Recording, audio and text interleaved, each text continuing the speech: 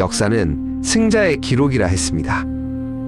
그렇다면 패배한 자의 죽음은 과연 누가 증언할까요? 여기 강물에 갇힌 육지 속의 고도, 영월 청령포에 그 비밀이 잠들어 있습니다. 세조실록 1457년 10월 24일. 기록은 단종의 마지막을 아주 짧고 건조하게 묘사합니다.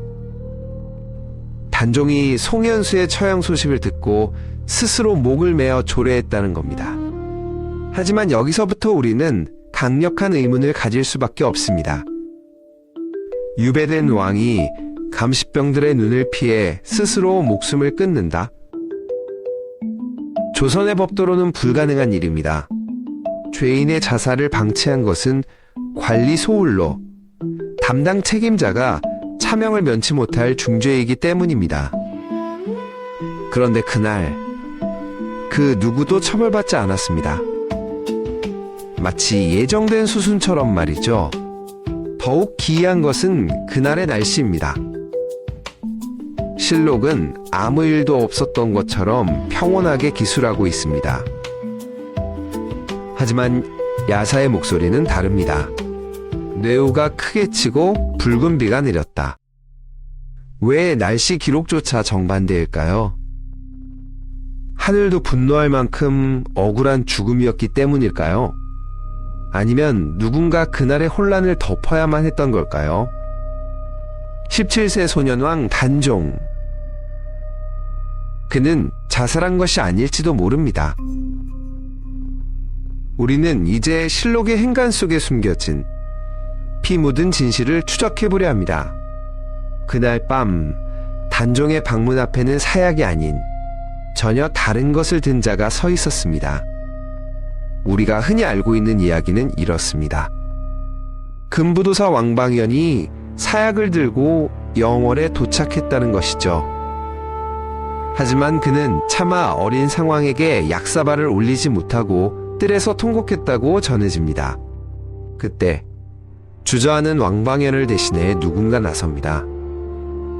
야사는 그를 공생이나 노비 혹은 득호라는 이름으로 기억합니다. 그의 손에 들린 것은 사약이 아니었습니다. 바로 활을 쏠 때 쓰는 팽팽한 줄, 공이었습니다. 연려실 기술은 그 참혹한 순간을 구체적으로 증언합니다. 단종이 방 안으로 끌려 들어가자 그가 활시 위로 긴 목을 휘감아 당겼다는 것입니다. 예우를 갖춘 죽음? 그런 것은 없었습니다. 기록은 7구멍에서 피가 터져나와 즉사했다고 적고 있습니다. 더욱 충격적인 것은 이 하수인의 최후입니다. 방을 나오자마자 그 역시 7구멍에서 피를 쏟고 그 자리에서 급사했다고 전해집니다. 왕방연은 훗날 천만리 머나먼 길에 라는 시조를 남기며 그날의 비통함을 노래했습니다. 하지만 시조의 행간 어디에도 17세 소년이 겪어야 했던 그 끔찍한 고통은 담기지 못했습니다. 그렇다면 왜 하필 1457년 10월이었을까요? 단종은 이미 폐위된 지 오래였고 손발이 다 잘린 상태였습니다. 우리는 세조개인의 잔혹성보다 그를 왕으로 만든 공신 세력에 주목해야 합니다. 한명회, 신숙주. 이들에게 살아있는 단종은 언젠가 자신들의 목을 칠 수 있는 시한폭탄과도 같았습니다. 결정적인 계기는 영월에서 멀지 않은 수능에서 터져 나옵니다.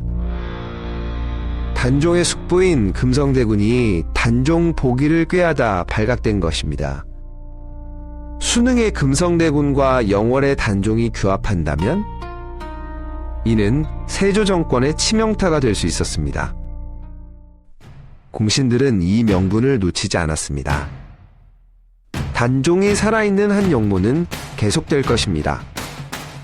연일 계속되는 상소와 압박. 그것은 왕을 향한 충언이 아니라 살인을 강요하는 협박이나 다름없었습니다. 결국 세조는 자신의 권력을 지키기 위해, 아니 공신들의 카르텔을 유지하기 위해 조카를 포기해야만 했습니다.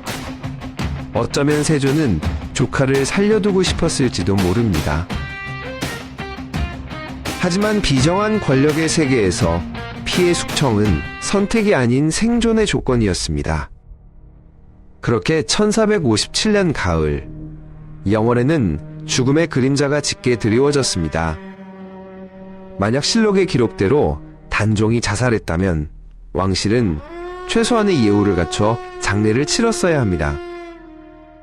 비록 폐위된 왕이라 할지라도 왕조 국가에서 왕족의 시신을 함부로 다루는 법은 없기 때문입니다. 하지만 현실은 냉혹했습니다. 장례는커녕 시신을 거두는 것조차 금지되었습니다. 시신을 거두는 자는 삼족을 멸한다. 이것이 당시 영월에 내려진 엄명이었습니다. 단종의 시신은 차가운 동강에 그대로 버려졌습니다. 이것은 자살한 왕에 대한 대우가 아닙니다.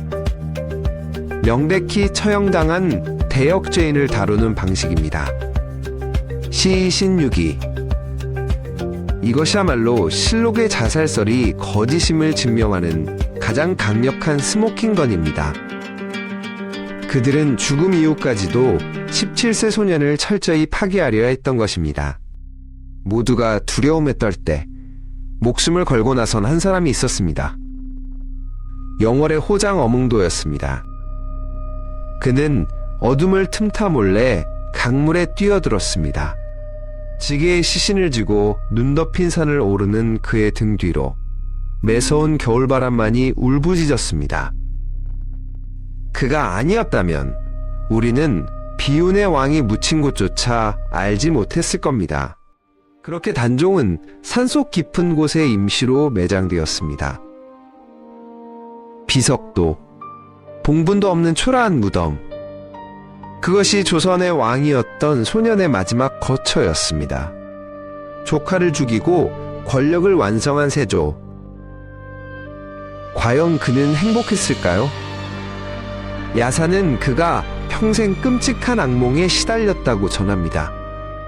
단종의 어머니인 현덕왕후가 꿈에 나타나 내 아들을 살려내라며 세조에게 침을 뱉었다는 이야기입니다. 공교롭게도 그 후 세조는 죽을 때까지 원인을 알 수 없는 괴질과 피부병에 시달렸습니다. 승자의 몸에 새겨진 흉터. 그것은 어쩌면 억울하게 죽은 소년의 저주가 아니었을까요? 절대 권력을 손에 쥐었지만 그는 매일 밤 죄책감이라는 지옥 속을 걸어야 했습니다. 권력의 정점은 화려해 보이지만 그 끝은 이토록 초라하고 외로웠습니다. 지금의 영월 장릉은 고요하기만 합니다. 하지만 굽이치는 동강의 물결은 그날 밤 17세 소년의 절규를 기억하고 있을 것입니다. 단종의 비극은 단순한 과거사가 아닙니다. 자신의 이익을 위해 정통성과 진실을 짓밟는 역사는 지금도 반복되고 있기 때문입니다. 만약 당신이 그날 밤의 금부도사였다면, 혹은 세조였다면, 과연 어떤 선택을 했을까요? 여러분의 생각을 댓글로 남겨주십시오. 역사의 진실을 찾는 여정은 계속됩니다.